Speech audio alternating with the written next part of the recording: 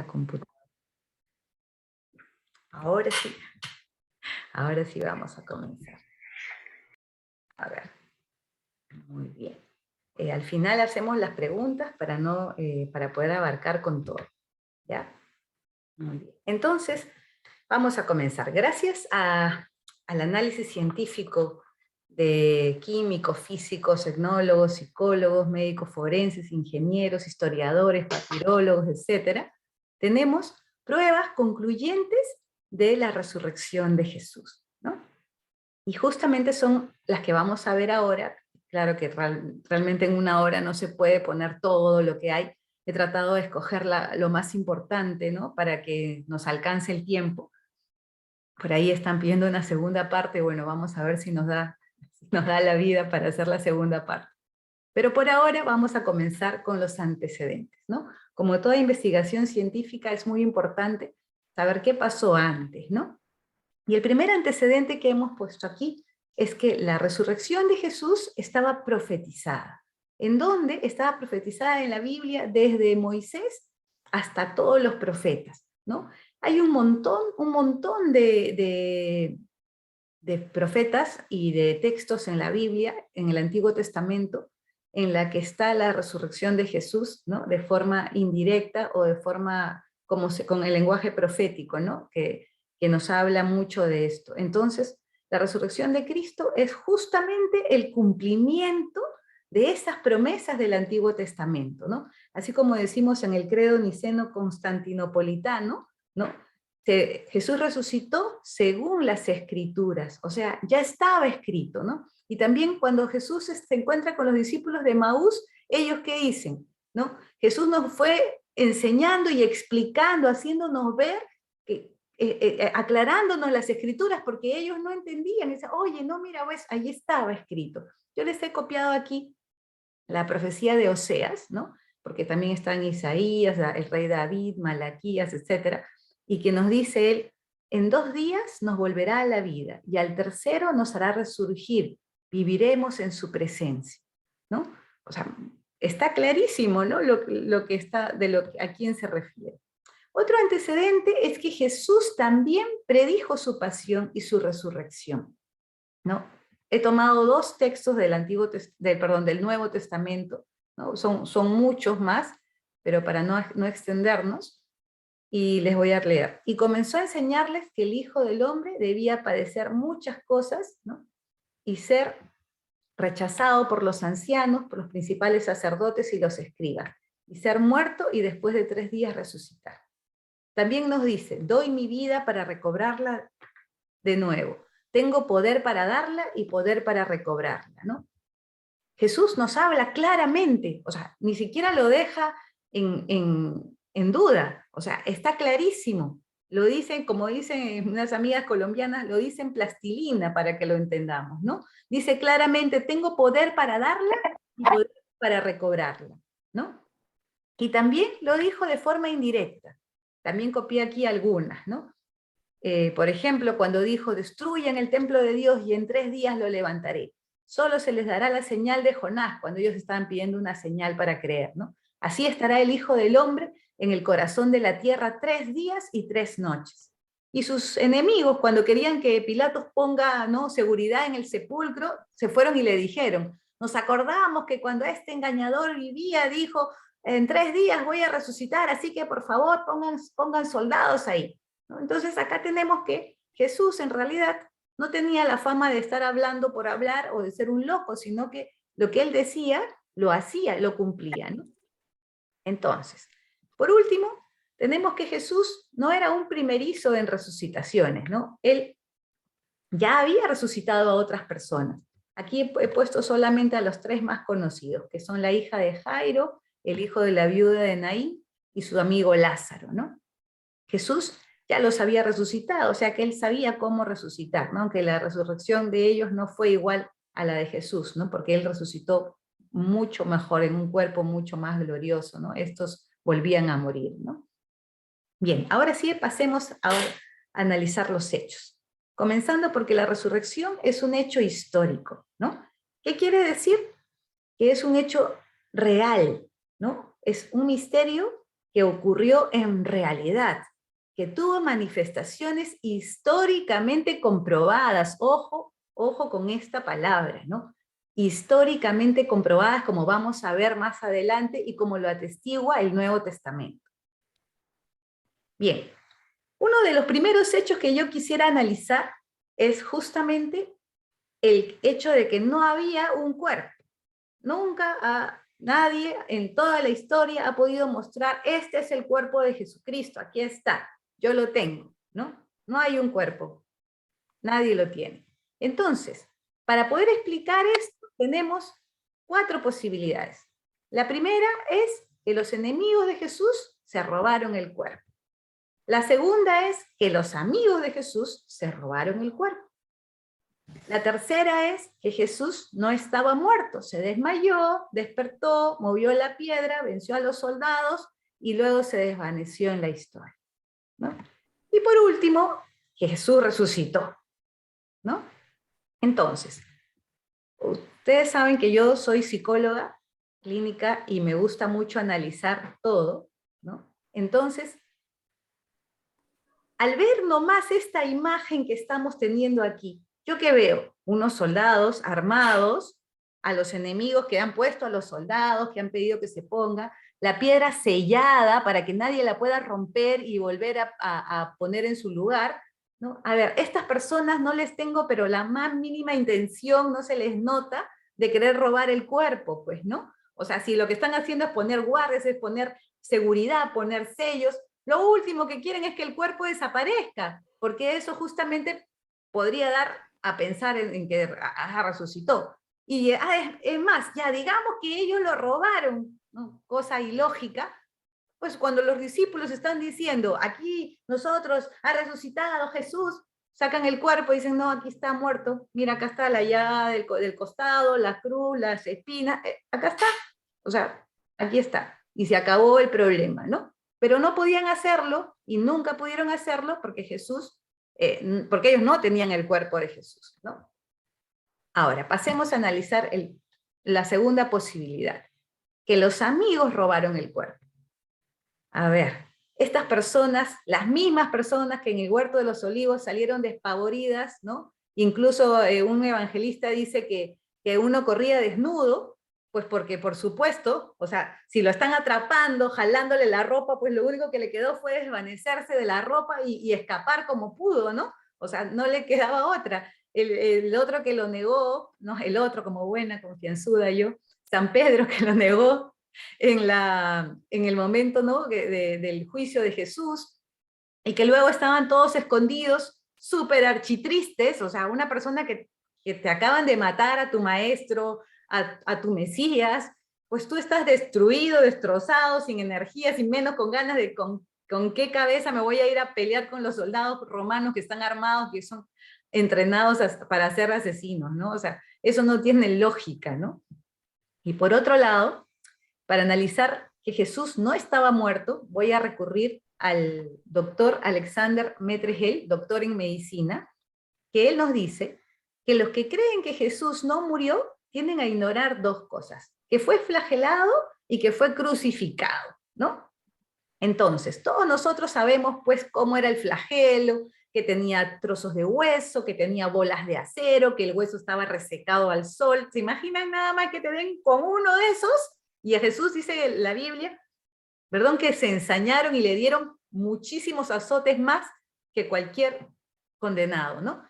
Y yo vi un especial de crucifixión que se los recomiendo, así se llama Crucifixión, un documental muy bueno, ni siquiera era de católicos ni cristianos, era de puros científicos, y ahí explicaban cómo cada latigazo iba desgarrando la carne, tanto así que en un momento la cantidad de latigazos que había recibido Jesucristo, eso terminaba ya golpeando hasta los pulmones, o sea, porque ya la carne no había, ya la piel no había, ya, o sea, hasta la grasa ya no había, o sea, el músculo había sido desgarrado, entonces en momentos habían tenido que golpearle hasta los pulmones, que es una cosa indecible, ¿no? Que era prácticamente el golpe directo a los órganos, ¿no? Entonces, Jesús había perdido muchísima sangre, había tenido que cargar su cruz tanto así que nos cuentan que ya no tenía fuerzas, por eso tuvo que ser ayudado por Simón de Cirene. Entonces esta persona, solamente por el hecho de haber sido, sin crucificar todavía, flagelado, ya no tenía fuerzas pues para poder mover la piedrota que había en su tumba, ¿no? Entonces, digamos que aún así tuvo fuerzas para mover la piedra, ya, bueno. Pero resulta que si hablamos de la crucifixión de Jesús, ¿no? Y la muerte de crucifixión, vamos a seguir hablando de lo que nos dice este doctor Alexander Metrehel, y que nos da, no él, pero la historia, las investigaciones nos dan la fecha exacta de la muerte de Jesús, el 7 de abril del año 30. Es la única persona de la edad antigua que se conoce la fecha y hora exacta de su muerte. ¿Y por qué? Por un montón de razones científicas, pero además porque es la muerte más atestiguada de la civilización antigua, ¿no? Es la que tuvo mayores testigos, un montón de gente, y no solamente cristianos. Tenemos muchos textos que hablan de la muerte de Jesús que no son cristianos, ¿no? Bueno, pasemos a cómo es esta muerte en una cruz. Es una muerte lenta y atroz por asfixia, ¿no? Dicho por el doctor Alexander Metrehel. Y él nos explica cómo es esta muerte. Al haber sido golpeado con tantos azotes, el trauma de los músculos de su pecho le habrían cerrado los pulmones a la posición de inhalar.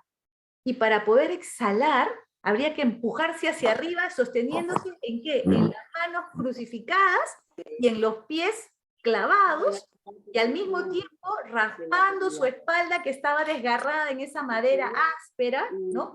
Solamente para poder inhalar y para poder exhalar, otra vez bajar y así subir y bajar hasta que terminaba agotado y Dice que es ¿ya? Que mi novia me ha mandado varios. Un Zoom de... Quiten el audio. Por favor, ¿Cuál? apaguen su audio, chicos, apaguen su audio. Gracias, gracias. Entonces, 17 de...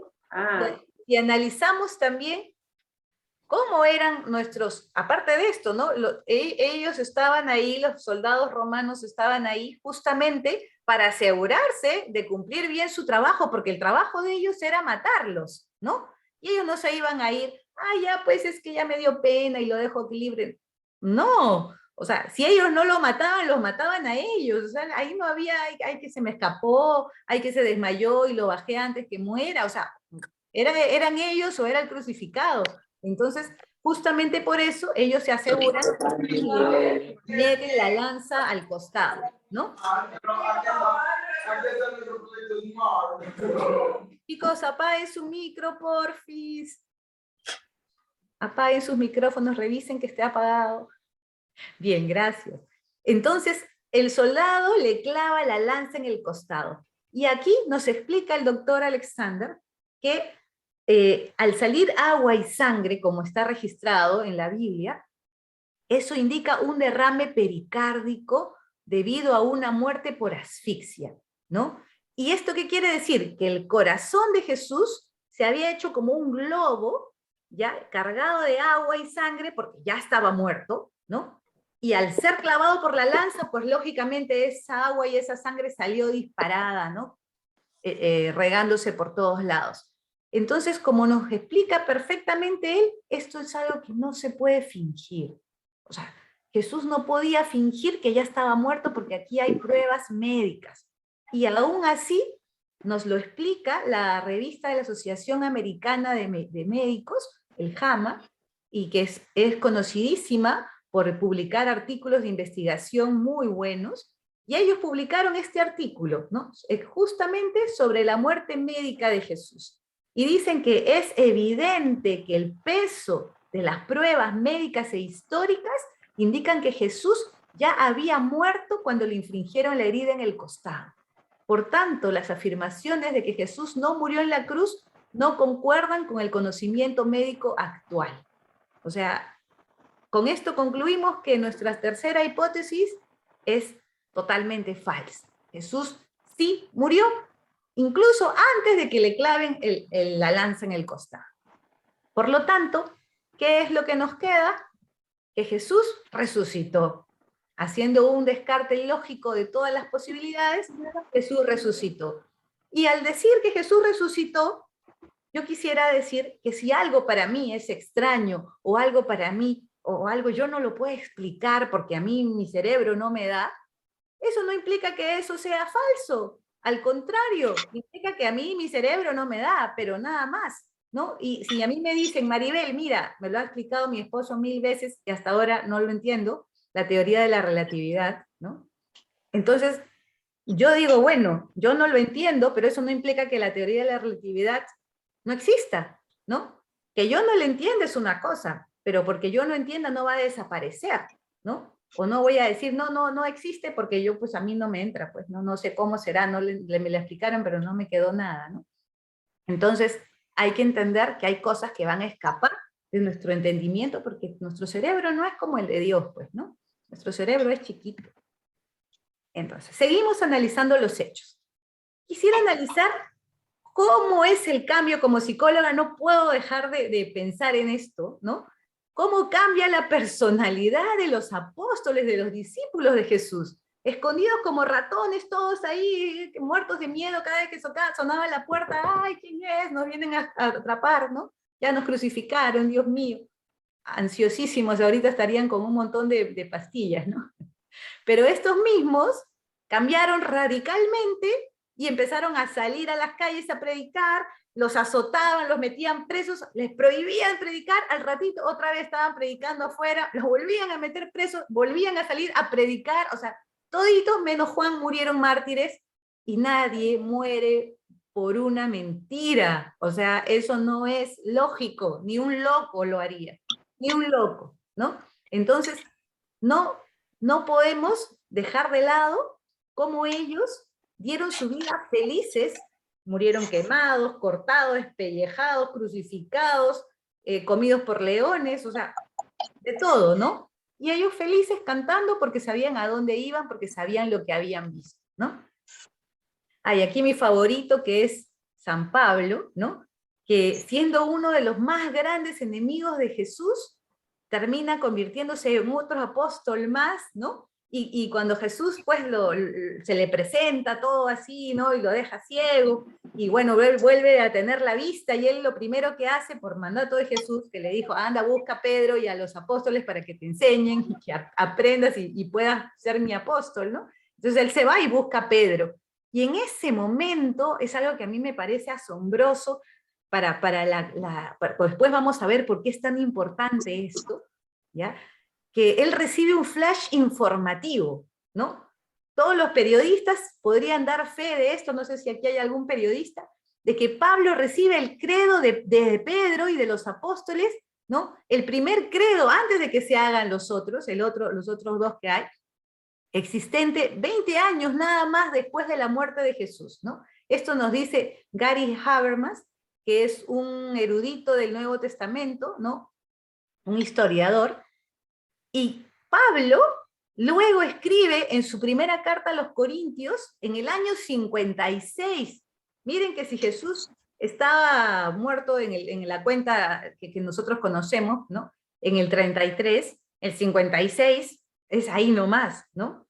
Entonces, pero cuando él les escribe a los Corintios en el 56, cuando vamos a ver lo que les escribió, les habla de que ya antes les había dicho esto, ¿no? Y se los recuerda, o sea, encima se lo había dicho antes del 56. ¿Y qué les dice?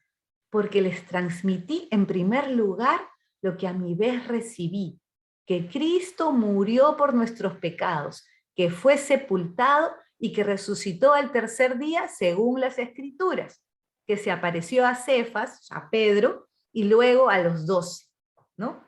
Entonces aquí está hablando de todo, o sea, es un extracto de toda la fe que nosotros tenemos sobre Jesús, ¿no? Y acá, ojo, que también les menciona que los que vieron a Jesús resucitado todavía están vivos.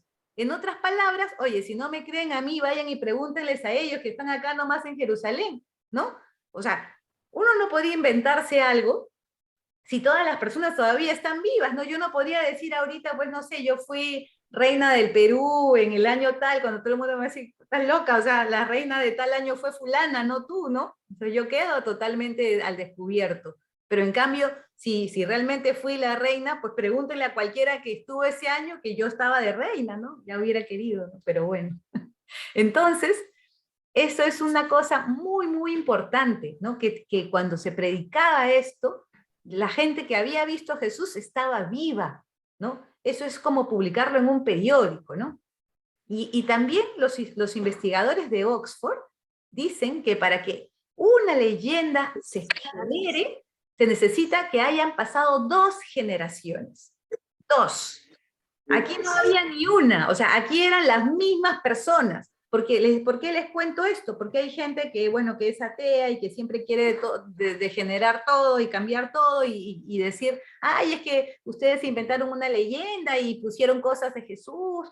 Y mentira, pues, porque acá sabemos, gracias a estos científicos, que para que haya una leyenda es necesario que ocurran 2 generaciones, ¿no? Y aquí estamos viendo que todo ocurría en el momento, por eso era un flash informativo. Sigamos analizando. Nuestro mismo doctor Habermas, ¿no? Gary Habermas, que escribió el libro Se levantó Cristo de los muertos, que también es muy bueno, que ha debatido con ateos famosos y siempre los deja dando vergüenza, ¿no? Él nos dice que para probar que Jesús resucitó, puedo valerme de 2 aspectos. El primero es probar que Jesús murió, ya lo acabamos de probar, ¿no? Con su colega, y que luego fue visto vivo. Bien. Entonces, hay muchos testigos que lo vieron vivo y está escrito en los evangelios, en los hechos, etc. Pero aquí hay una aparición de Jesús que es la que quiero resaltar y que es la que Jesús le apareció a 500 personas al mismo tiempo, ¿no? Hay registros que datan de meses después de la muerte de Jesús que afirman que lo vieron vivo, caminando, comiendo, incluso apareciéndose a 500 personas. O sea, no 3, no 2, ni 100, 500, 500 al mismo tiempo, ¿no? Eso es un montón de gente. Y como siempre nuestros amigos, ¿no? Por no decir enemigos, quieren siempre explicar eso de formas no locas y dicen, no, que eso fue sugestión en masa. Pero bueno, aquí tenemos a la doctora Roberta Waters, agnóstica, o sea que no niega ni afirma la existencia de Dios, médico psiquiatra en la Universidad de Bordeaux, presidenta de la Asociación Americana de Psicoanalistas. ¿Y qué nos dice ella al respecto de esta aparición a 500 personas? Ella dice que es imposible, ¿no?, que hayan habido una sugestión en masa ante estas 500 testigos. Dice que las alucinaciones rara vez son vistas por más de 8 individuos y menos durante un largo periodo de tiempo, ¿no? Y que por último, jamás van a involucrar al enemigo, pues, de la persona, como sería nuestro querido San Pablo, ¿no? Dice que no es posible convencer a tantas personas de algo así. Miren lo que dice la agnóstica, salvo que sea cierto. Salvo que sea cierto. Una persona que no cree ni niega a Dios, menos es cristiana, ¿no? Entonces, por el lado de leyes, tenemos al análisis que vamos a hacer es de los evangelistas y de los escritores del Nuevo Testamento, como si nosotros fuéramos unas personas en un juzgado que tenemos que escoger a estos señores como testigos de algo, porque son los testigos de la resurrección. Entonces, yo, ¿qué hago? ¿Qué hacen las leyes? ¿Cómo se decide si creer o no en el testimonio de una persona? En primer lugar, se fijan en la fama que tiene esa persona, en si tienen valores morales, si son honestos o no, ¿no? Qué cosas han publicado, si han escrito algo, qué estudios tienen, etcétera, etcétera, ¿no? Entonces, ahí yo puedo aceptar que esta persona sí sea un testigo valioso o no. Entonces, cuando el testigo está muerto, me puedo basar en el contenido de sus escrituras y en los testimonios de otros acerca de ellos, ¿no? Entonces, vamos a analizar cómo son los testimonios y cómo son los valores morales de nuestros testigos del Nuevo Testamento. En primer lugar, todos, sin excepción, tienen buena, si no excelente reputación. ¿Cómo son sus escritos? Son coherentes y no parecen ser inventos de hombres inestables.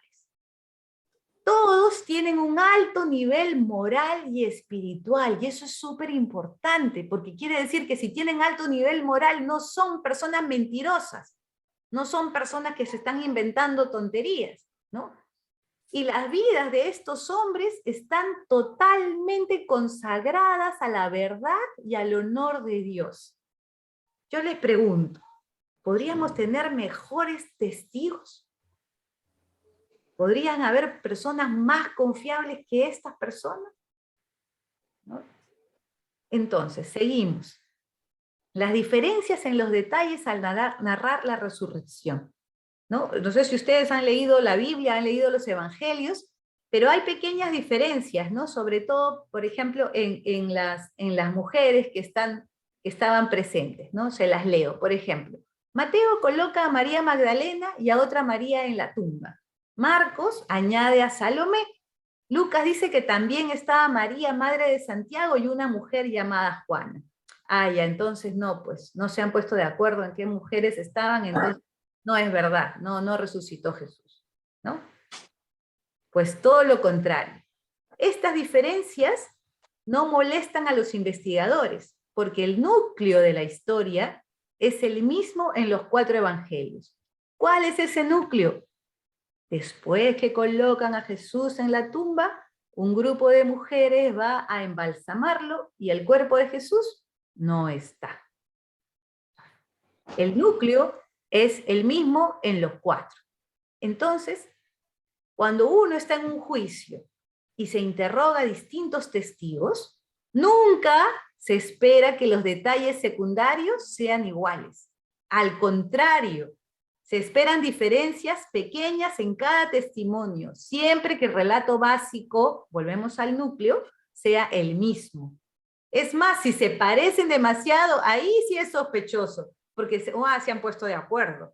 Porque ustedes tendrán la experiencia, como me ha pasado a mí, otra vez con mi esposo, que hemos ido a la misma situación y cuando yo cuento algo, él cuenta otra cosa, yo lo miro y me dice, oye, pero así no fue, yo no, así fue, y podemos morir, y digo, oye, pero los dos vivimos lo mismo. Claro, nuestro núcleo siempre es el mismo, pero los detalles son distintos, porque cada persona capta distintos detalles. Por eso es que esta ciencia de criminales, esta ciencia de juzgados, es así, conocen, ¿no? cómo funciona el cerebro, ¿no?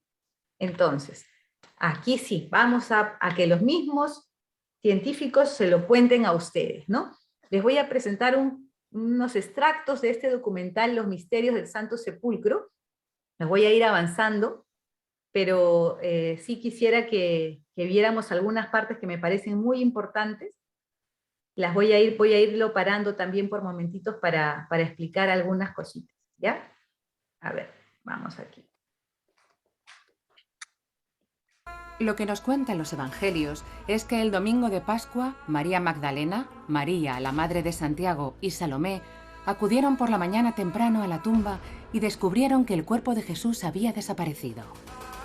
Presa del pánico, la Magdalena corrió a decir a Pedro y a Juan que habían robado el cuerpo del Señor. Ambos entraron en el sepulcro y Juan inmediatamente supo que Jesús había resucitado. Según las Escrituras, Juan vio y creyó. ¿Por qué? ¿Qué es lo que vio para estar tan convencido? ¿Qué vio?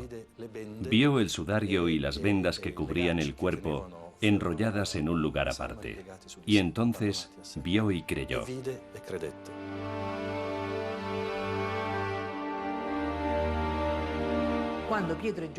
Cuando Pedro y Juan entraron al sepulcro, solo vieron el sudario, ozonia keimena, que solemos traducir como las vendas. Aunque el término ozonia keimena vendría a ser algo así como las telas tiradas en el suelo. Vieron el sudario que envolvía su cabeza, doblado en un lugar aparte. Según Antonio Persili, un biblista católico ya desaparecido que dedicó varias décadas al estudio de los versículos evangélicos que hablan de la resurrección, fue el modo en que estaban colocadas esas telas lo que hizo que Juan se convenciese del milagro. Aunque el cuerpo de Jesús no estaba, el sudario se encontraba ligeramente elevado, como si aún cubriera el rostro del Salvador, mientras que el resto de la mortaja estaba sobre la superficie. Como si Cristo se hubiera volatilizado, dejando allí, sin quitárselas, las prendas funerarias. Según los evangelios, Jesús se transfiguró en una forma corporal diferente, pero parecida a su morfología terrenal. Es decir, una forma corporal plena de luz, gracias a la cual pudo traspasar las telas sin alterar su forma, lo mismo que después franquearía las puertas del sepulcro para seguir viviendo eternamente con otra apariencia. Ok, paramos ahí un ratito. Entonces, la primera pista que tenemos de la resurrección es el sepulcro vacío. Y nos cuentan pues que Juan vio y creyó, ¿no? ¿Por qué? Porque constató que la ausencia del cuerpo de Jesús no había podido ser obra humana, ¿no? O sea, era como que si se hubiera desintegrado, desmaterializado, como esa luz, y hubiera atravesado todo, y ya no había problemas, ¿no? Entonces, vamos, seguimos con el video. A ver, nos toca. Ahora vamos a analizar la antigüedad de nuestros evangelios, ¿ya? Contamos con alrededor de 15.000 manuscritos de los evangelios.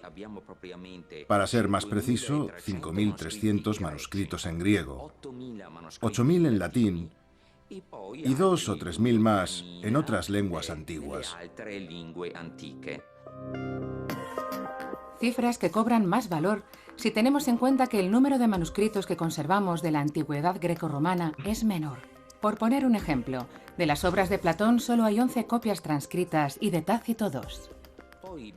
Hay que advertir que las transcripciones de los manuscritos se hicieron en Roma, Atenas, la Alejandría egipcia, Antioquía y Jerusalén, y todas guardan una gran semejanza entre sí.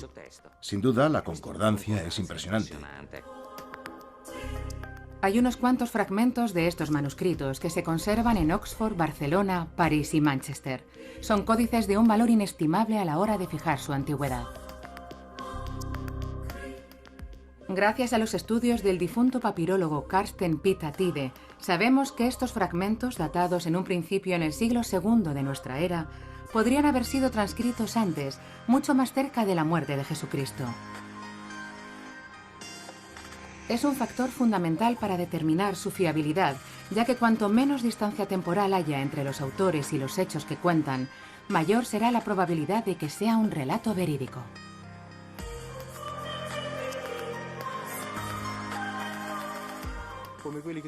Tomemos como ejemplo el de Oxford. A este fragmento del Evangelio de San Mateo, que fue oficialmente datado sobre el siglo II después de Cristo, le asignó Carsten Pita Tide una nueva fecha en torno al año 70.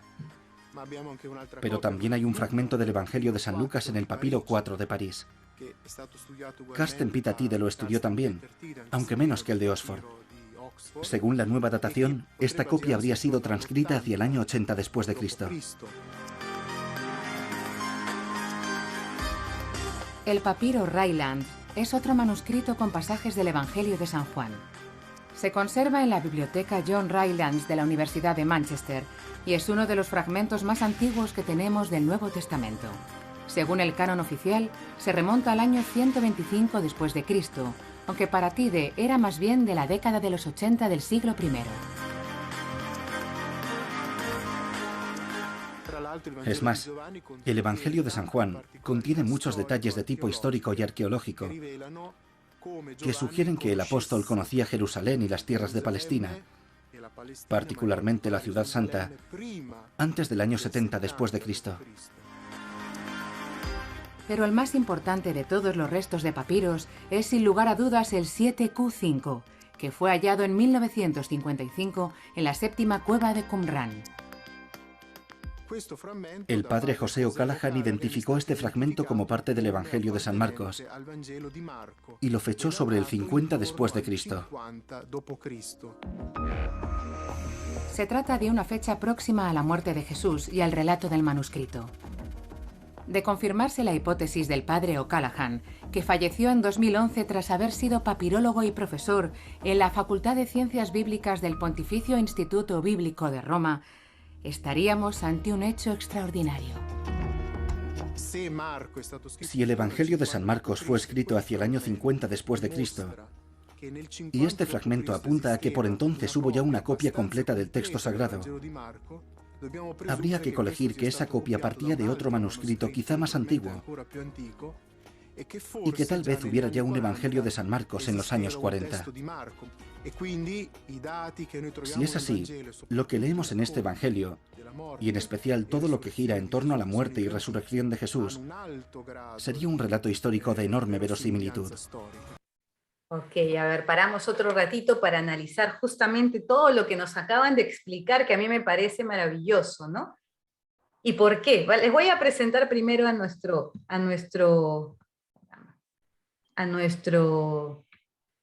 papiro 7Q5 de Qumran, ¿no? Es ese pedacito de tela que ven ahí con esas letritas, ¿no? Ese es el famoso papiro que encontraron en las cuevas de Qumran. Y este doctor José O'Callaghan, qué pena que este papirólogo haya fallecido y no haya terminado de publicar sus resultados, porque qué pena realmente, porque eran tan impresionantes. Y les cuento nada más que él sometió estas pocas letras que son visibles, porque creo que de las 20 solo eran visibles 11, y las puso en un programa de computadoras, y a ver con qué coincidía, ¿no? De todos los escritos antiguos, con cuál de estos coincidía. Y dio la casualidad de que coincidía y había un 100% de probabilidades, según este programa, de que fuera Marcos, capítulo 6, versículos 52 al 53. Eso es lo que está aquí escrito, y que no coincidía con ningún otro escrito antiguo, o sea, este trocito de papiro, ¿no? Entonces, para mí está clarísimo, ¿no? Sino que, bueno, no lo pudo publicar porque falleció, pero sin embargo, ¿cómo nos dejan los estudios, tanto de Carsten Peter Tiden como de José O'Callaghan, nos dejan con esta nueva datación? Quedaría Marcos, y esto que esta es una copia de uno que hubo antes, ¿no? Dicen que más o menos el 40 después de Cristo, o sea, si Jesús murió el 33, el 40 no es nada, pues, ¿no? Entonces tendríamos a Marcos, solamente hablando de este papiro, en el 50 después de Cristo. Juan, como nos dijo Carsten Peter Tiden, en el año 70 después de Cristo, Mateo, 70 después de Cristo, y Lucas, 80 después de Cristo, ¿no? Miren lo cercano a la fecha. Si antes creíamos que teníamos los evangelios de la antigüedad de 100 años, 110 años, 120 años, y nos parecía, wow, qué cercanos a Cristo, imagínense estas nuevas fechas, y con pruebas tangibles, ¿no? O sea, que nadie nos venga a decir otra cosa. Pero ¿cómo podemos estar seguros de que estos evangelios, por más antiguos que sean, digan la verdad, ¿no? Que estos manuscritos. Entonces ahí nos ayuda el padre Márquez, que es un arqueólogo, ¿no? Y nos dice que se usa la crítica textual, que es el método que se usa para comprobar la veracidad de todos los manuscritos que hay en la historia, ¿no? Y así comparamos que todas las otras fuentes que hablen de lo mismo, para ver si es que pues están iguales, o qué diferencias hay, o realmente están hablando de otra cosa, ¿no? Y para esto nos sirve, lógico, tener muchas más copias, y que mientras más antiguas son, pues es mejor, ¿no? Entonces vamos a ver qué otras copias tenemos en los manuscritos históricos, ¿no? Tan conocidos. Digamos, el que tiene la Ilíada. La Ilíada ocurrió 800 años antes de Cristo. Tiene 1575 copias, que fueron escritas 3 siglos después de Cristo, ¿no? O sea, 1100 años después de haber sucedido. 1100 años. Un montón de años, ¿no? ¿Y cómo es los evangelios, no? Hasta la actualidad los arqueólogos han recuperado 5.300 manuscritos griegos del Nuevo Testamento, 4 veces casi más que la Ilíada. Tenemos 10.000 manuscritos antiguos en latín, 9.300 en siríaco, copto, armenio, gótico y etíope. O sea, más de 24.000 manuscritos, más de 24.000. Y comparamos con nuestros grandes autores de la historia antigua, que son tan conocidos y nadie los discute. A ver, ¿cuántos hay de Sófocles? 100. Las tetralogías de Platón, 7. 5 de Aristóteles, ¿no? O sea que si ponemos del piso hasta uno sobre otro todos los escritos que tenemos de Aristóteles, llegamos a 1 metro. Y si ponemos del piso uno sobre otro hasta arriba, todos los manuscritos que tenemos del Nuevo Testamento, y llegamos a 1 kilómetro, ¿no? Nada menos que a 1 kilómetro. Entonces, eso es como que nos deja pensando, ¿no? Y ahora vamos a ver, ¿no?, que no solamente tenemos autores cristianos que nos hablan de Jesús o de la existencia de los cristianos, ¿no? También tenemos a autores que no son cristianos, que nos hablan también de Jesucristo. Enorme verosimilitud. Pero la muerte y resurrección de Jesús no solo se mencionan en los evangelios. No solo disponemos de fuentes cristianas, también contamos con otras fuentes que se podrían definir como paganas, o en todo caso, de no creyentes. Hablamos de los historiadores Tácito y Suetonio, del filósofo estoico Mara bar Serapion, pero sobre todo de Flavio Josefo, un judío que vivió en Roma en el siglo I de nuestra era y es autor de la obra Antigüedades Judías, donde hay un texto que los expertos llaman Testimonium Flavianum. Al ser judío, Flavio Josefo tendría información, si no de primera mano, sí conseguida directamente de la fuente original.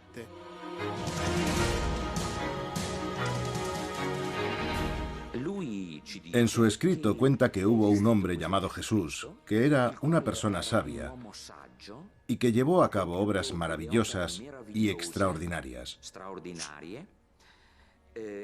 que fue condenado a muerte por aquellos que lideraban al pueblo y que al tercer día resucitó de entre los muertos y se apareció a sus discípulos. Otra vez paramos un ratito.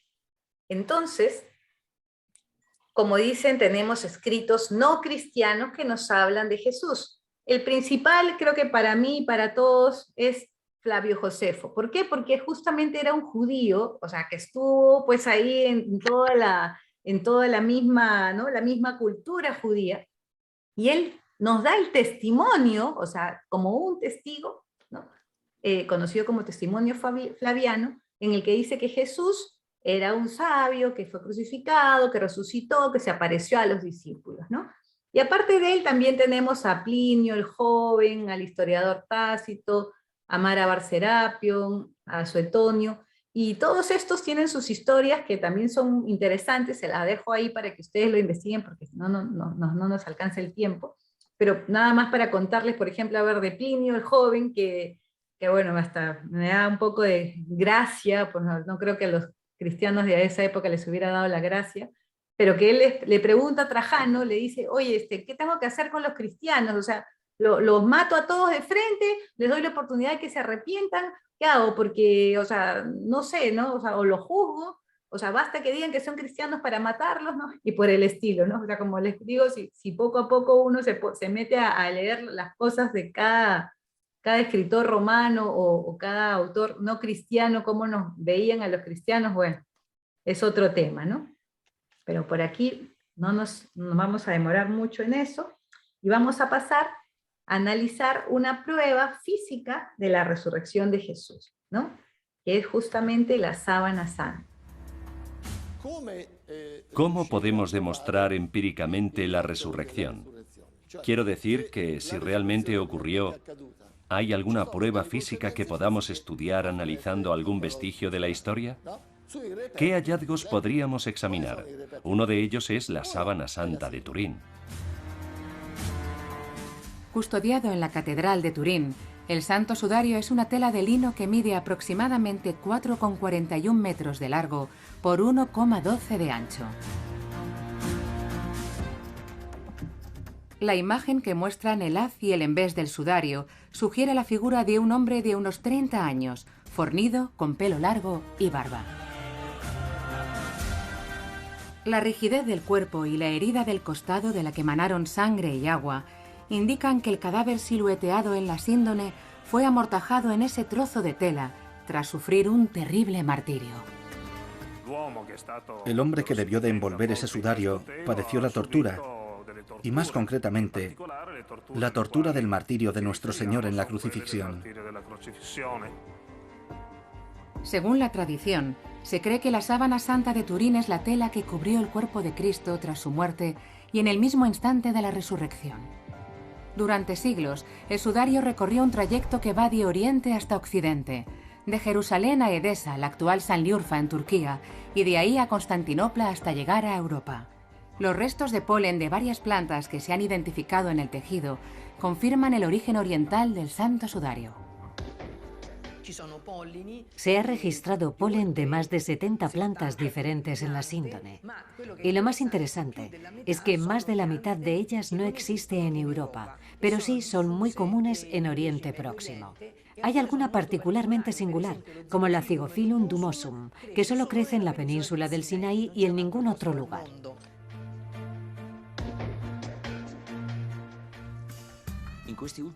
En las últimas décadas se viene aplicando una serie de estudios sobre el polen, la llamada palinología.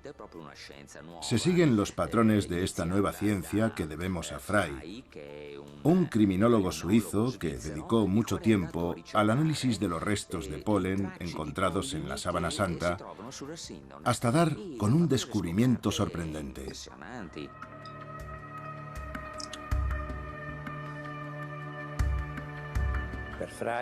Frey identificó polen de unas plantas que proliferan en un área situada en los montes de Judea.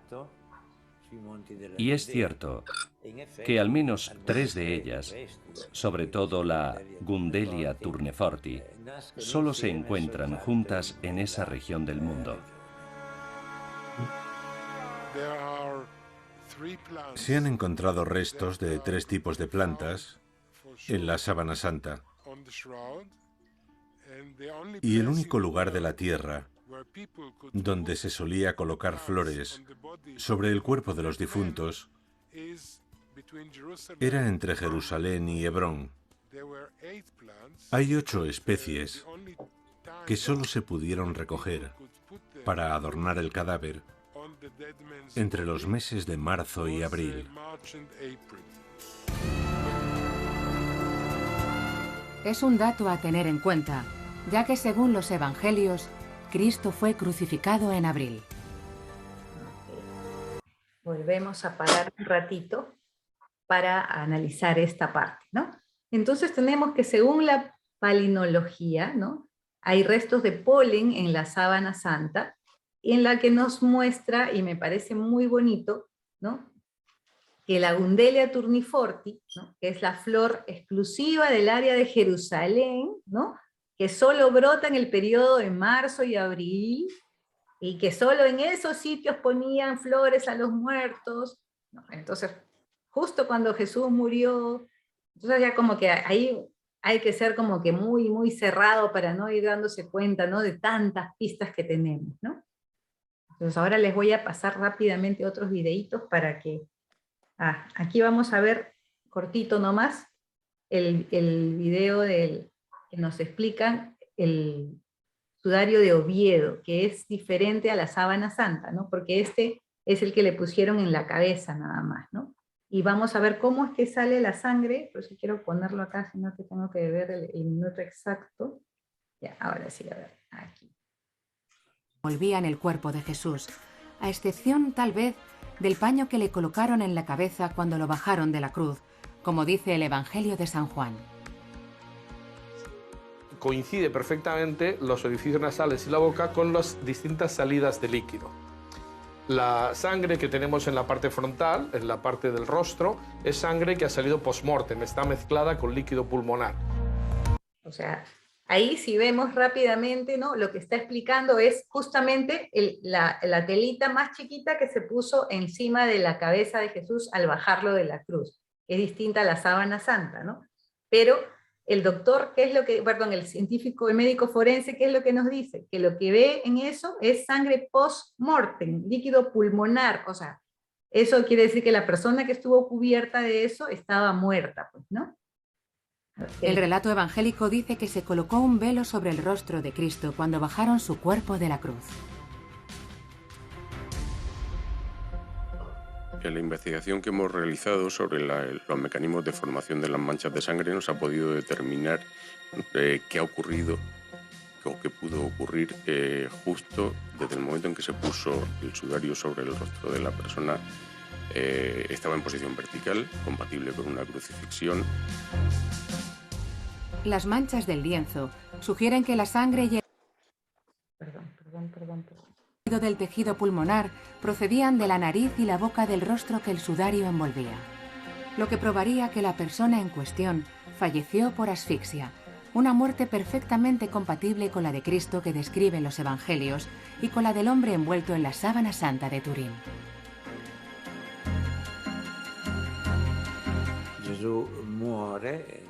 Por lo que sabemos de la muerte por crucifixión, Jesús, tras aguantar un tiempo en la cruz y justo antes de morir, emitió un fuerte grito,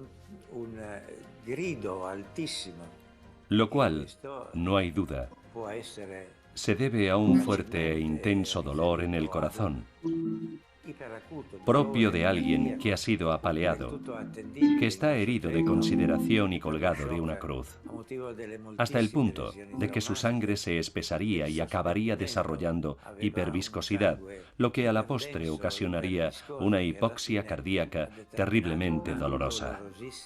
De ahí ese grito del que hablan los evangelios. Además, los restos de sangre del sudario ovetense corresponden al grupo AB, el mismo que en la sábana santa de Turín. Por tanto, la síndone de Turín y el santo sudario de Oviedo podrían ser las prendas funerarias de las que habla Juan en su evangelio.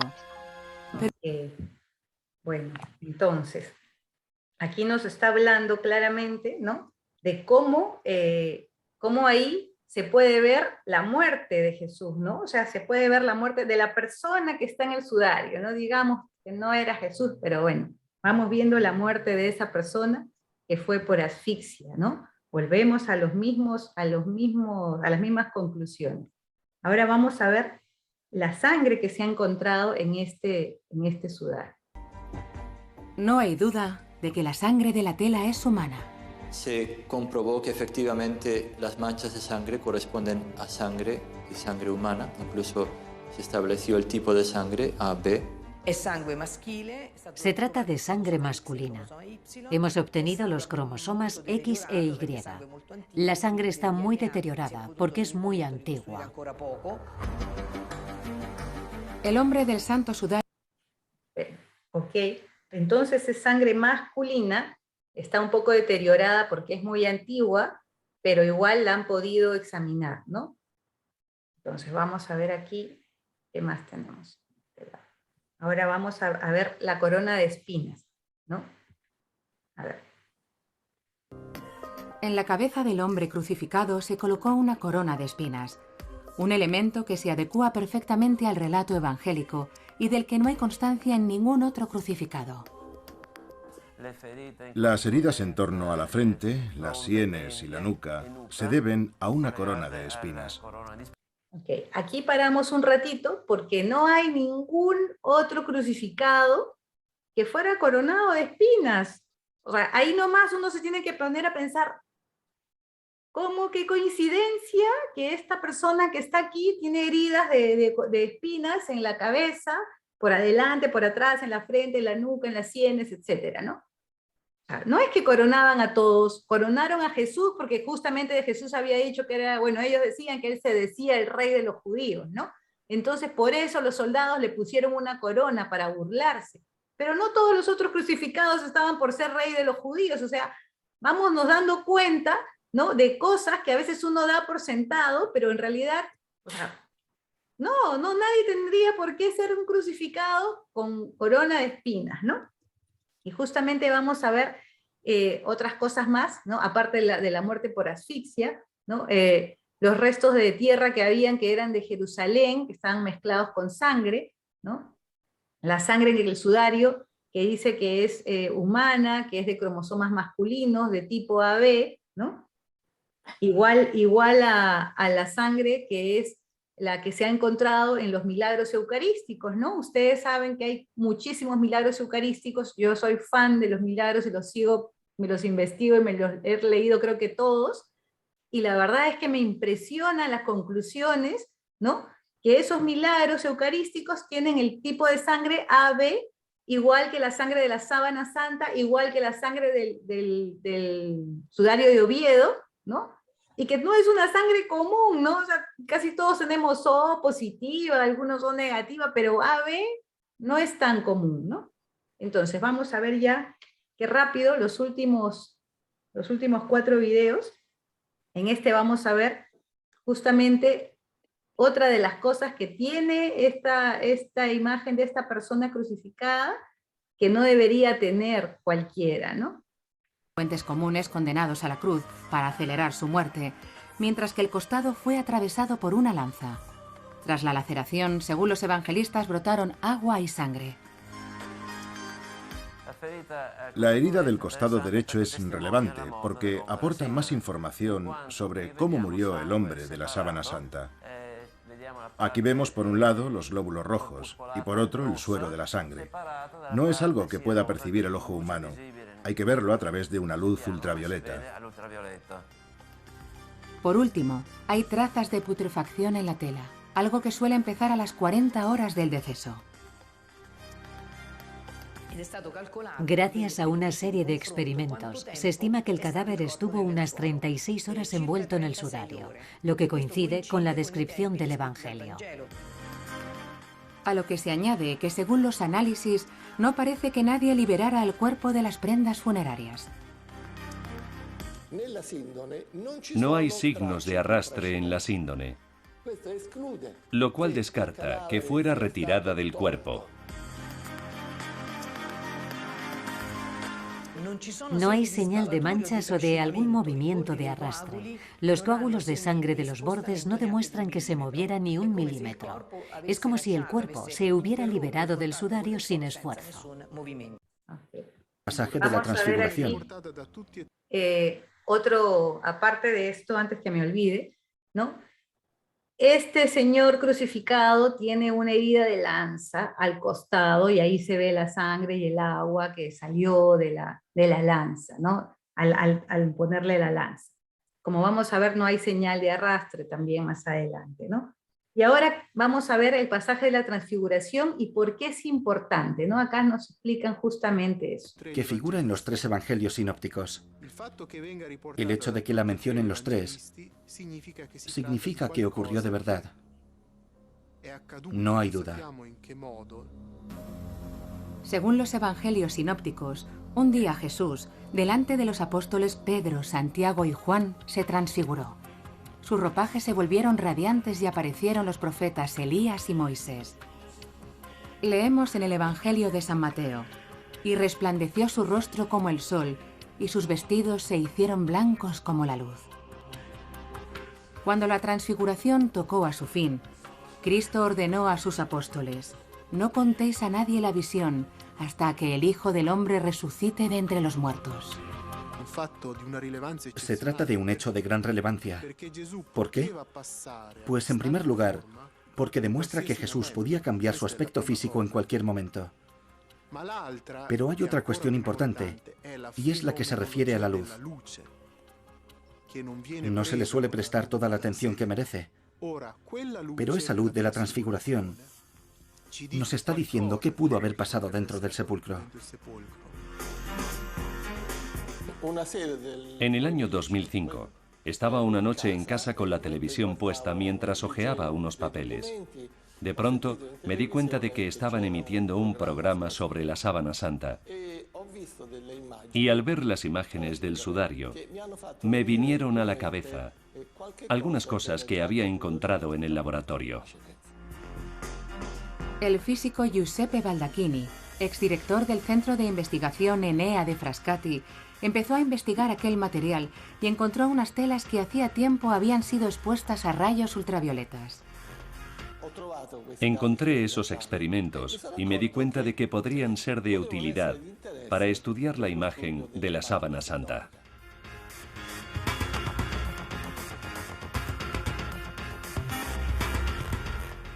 El análisis microscópico de los tejidos que coloreamos con el láser guardaba semejanza con la sábana santa, así que usamos un láser de excímeros para reproducir una coloración similar a la del Santo Sudario.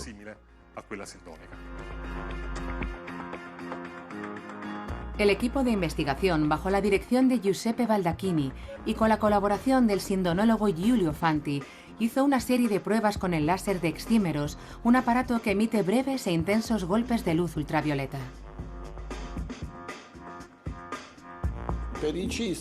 Que quede claro que en Frascati disponemos de láseres de excímeros que están entre los mejores no solo de Italia, sino de toda Europa. Hay pocos en el mundo que tengan más potencia que los nuestros. Así que creo que nuestro equipo era el idóneo para acometer aquel propósito. Siguiendo un método científico y gracias a la radiación electromagnética, es decir, a la luz ultravioleta que es rauda e intensa, demostramos que es posible obtener una coloración parecida a la de la sábana santa.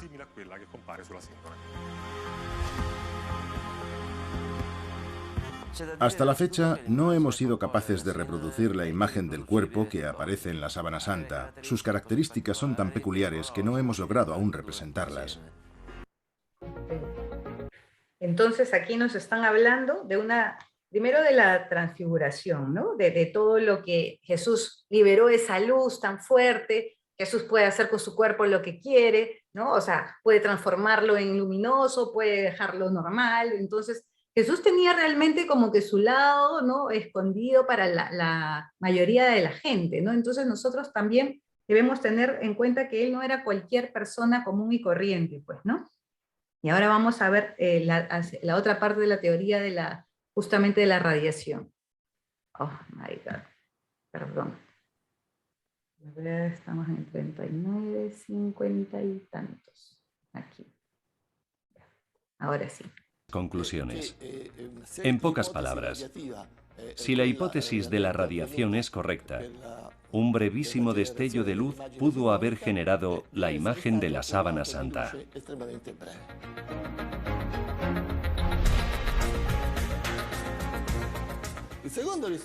La segunda es que ese fogonazo debió de ser potente, pero tampoco demasiado.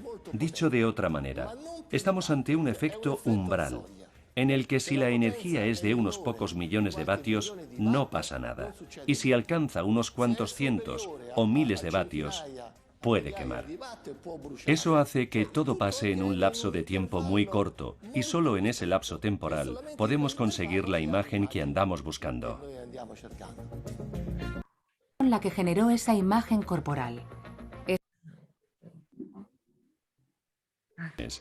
Que confirma la hipótesis de la radiación. Por lo tanto, los análisis confirman que fue la radiación la que generó esa imagen corporal. Eso significa que, al parecer, cierto tipo de energía se propagó desde el mismo material textil y fue consumiéndose poco a poco, dejando en el sudario una imagen impresa que contiene elementos tridimensionales. Hoy en día podemos colorear unos 3 o 4 centímetros cuadrados de lino con un láser de excímeros. Para que se hagan una idea, harían falta unos 10.000 láseres de este tipo, actuando cada uno con independencia de los demás, para conseguir una imagen de cuerpo entero, de frente y de espaldas. Se necesitaría más energía que la que cualquier laboratorio del mundo puede generar para un solo experimento. Ok, entonces, para no extendernos más, tenemos que el cuerpo de Jesús es como si se hubiese fumado porque la sangre, los coágulos de sangre no tienen señal de haberse movido ni 1 milímetro, ¿no? Por otro lado, está la teoría de la radiación, que estos científicos físicos, ¿no?, han llegado a la conclusión que usando un láser dexímeros pueden colorear 3 centímetros, ¿no?, o 4 de una tela, o sea, usando un láser, un montón de energía, ¿no? Y que para poder representar la sábana santa se necesitarían 10.000 láseres y además un montón de energía, ¿no?, que nadie pues ha podido recrear hasta ahora toda la sábana santa como es. Todos sabemos que es como un negativo de fotografía, incluso también sabemos que pues ya está descartado que se haya pintado, ¿no?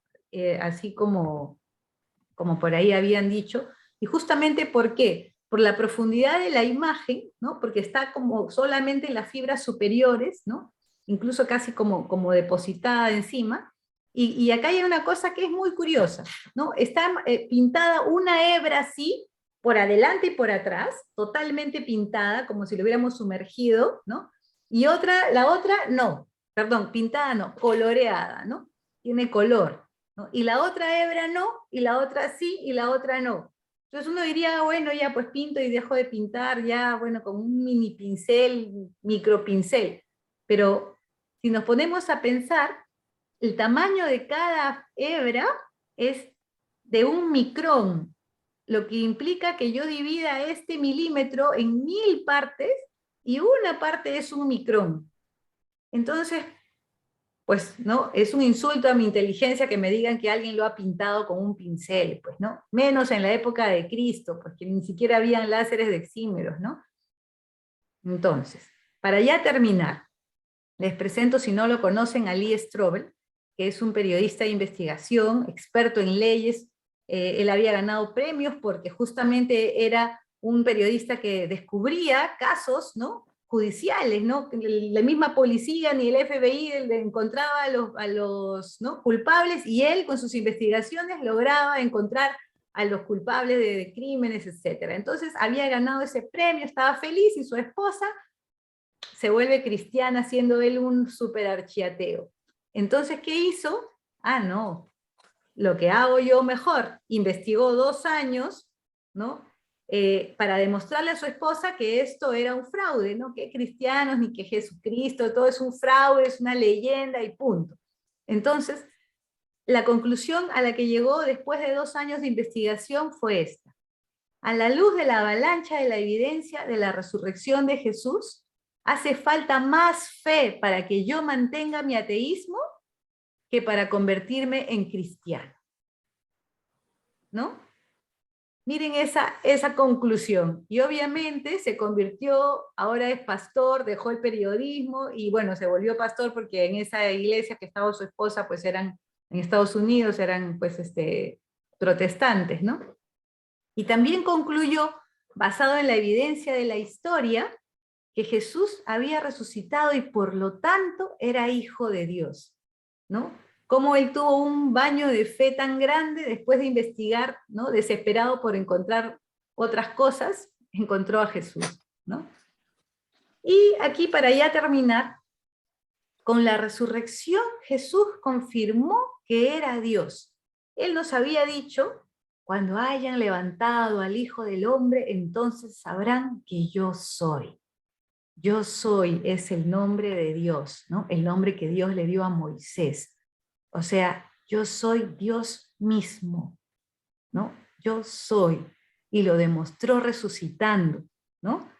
Entonces, con su muerte Jesús nos libera del pecado, y con su resurrección nos abre el paso a la vida eterna, nos hace nosotros también capaces de algún día resucitar y unirnos a Él, ¿no?, en el cuerpo glorioso con el que Él resucitó.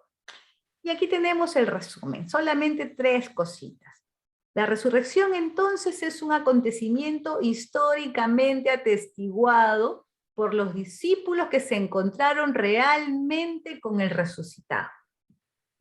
Existen innumerables pruebas de la resurrección.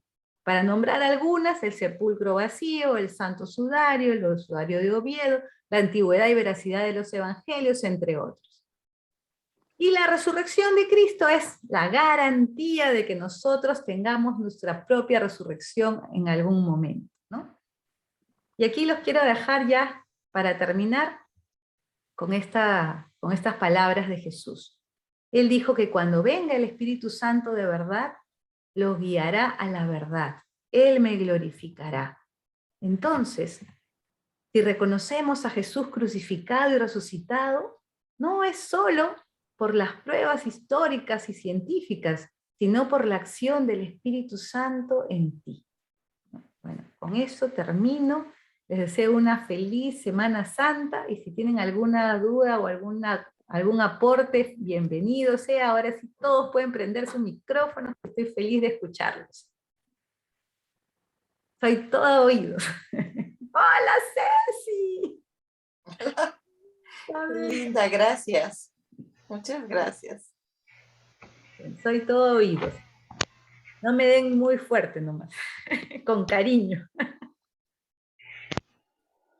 ¿Alguna duda, algún comentario, alguna pregunta? Ay, mi Claudia Redondo, bella. Chicas, todos están mudos. Que nos hemos quedado Todo quedó impactados muy con claro. todo esto. Sí, está muy bonita la charla de hoy. Me ha gustado mucho, muy interesante. Ay, qué bueno, Lisa, Sí. me alegra bastante. Me he quedado así, impactada, así con todo Disculpa. lo que... Buenas noches. Hola, Claudia, bienvenida. Muy bonito, Maribel. Gracias. Te Quería saber, felicito. Ay, gracias. Tía Antonieta, bella, ¿cómo estás? Bienvenida. Escuché ¡Qué todo, ¿eh? honor, qué Muy honor! interesante, muy bonito. Ay, gracias, Besitos, qué besitos. honor. Gracias, tía bella. Y Claudia, creo que podríamos nos- escuchar nuevamente ese documental. Ese documental, ¿dónde lo podríamos escuchar? Porque es muy muy importante. interesante. Sí. Les voy a enseñar, está en YouTube, se llama Los Misterios del Santo Sepulcro. Les voy a enseñar cómo comienza para que lo identifiquen fácil. Ya les voy a enseñar el comienzo, a ver, aquí aparece ahorita. Aquí estamos. Ya, así comienza. Los misterios del Santo Sepulcro. Así, cuando vean que sale la piedra, porque hay una que sale con una imagen que sale con una estatua de los romanos, y hay otra que sale así la pantalla negra, o si no la piedra saliendo, ya ese es, ¿no? Está en inglés y está en español, y se llama Los Misterios del Santo Sepulcro. Y también les recomiendo que vean la película del caso de Cristo, que también es muy buena. Justo ahí está la investigación de Lee Strobel, ¿no? De sus 2 años de investigación. ¿Cómo se llama la película? Disculpa. El caso de Cristo. La película es El caso de Cristo. También en YouTube. Esa debe estar en YouTube. La verdad, yo la busqué en Pelis Plus. Que mis hijas me enseñaron esa página. Sí, pero ahí la pueden encontrar. Esta semana en History también están dando un montón de documentales sobre la Semana Santa súper interesantes. Ay, sí. Hay algunos que son muy buenos y hay unos que son bien raritos, ¿no? Hay que tener cuidado con lo que vemos ahí.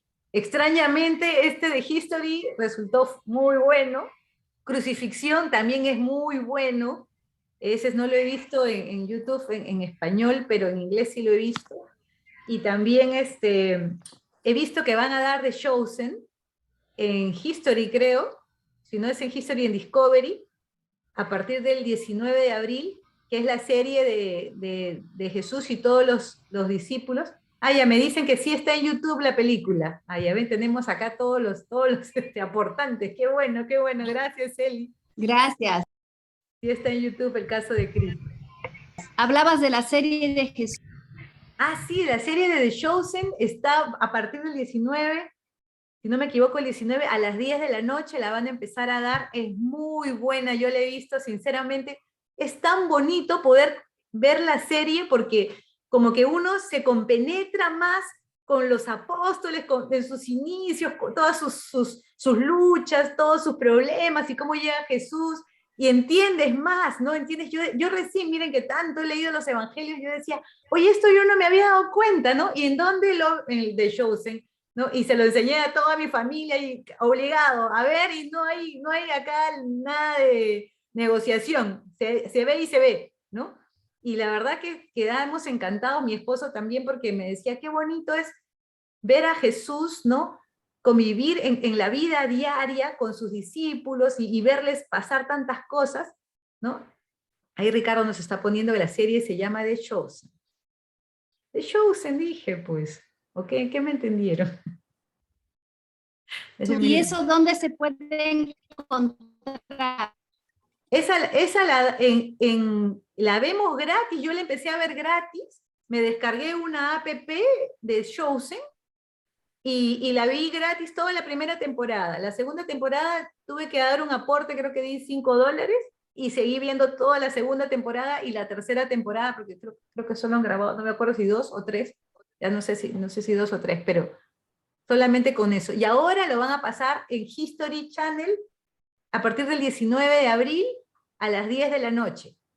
Eso es lo que he visto en las propagandas. Y lo van a pasar obviamente gratis, pues, ¿no? En History Channel. Así que de verdad que se las recomiendo, que es bien bonito, bien bonito. Bonita esa serie. Bueno, chicos, yo creo que ya no hay más preguntas. ¿Alguna otra? O ya damos por agradecida la presencia de todas. Me ha encantado verlos, compartir con ustedes este tema tan interesante, ¿no? Y si es posible queda grabado acá para pasarlo a todos los que quieran verlo después. Bueno, les mando un beso, damos gracias a Dios, te damos gracias, Señor, por todos los beneficios que nos has dado, a ti que vives y reinas y eres Dios por los siglos de los siglos. Amén. En el nombre del Padre, del Hijo, del Espíritu Santo. Amén. Feliz Semana Santa para todos, un beso. Gracias, Maribel. Muchas Gracias. Bye, bye. Gracias. Chao, gracias Maribel. Un beso. Gracias. Buenas noches. Pausita.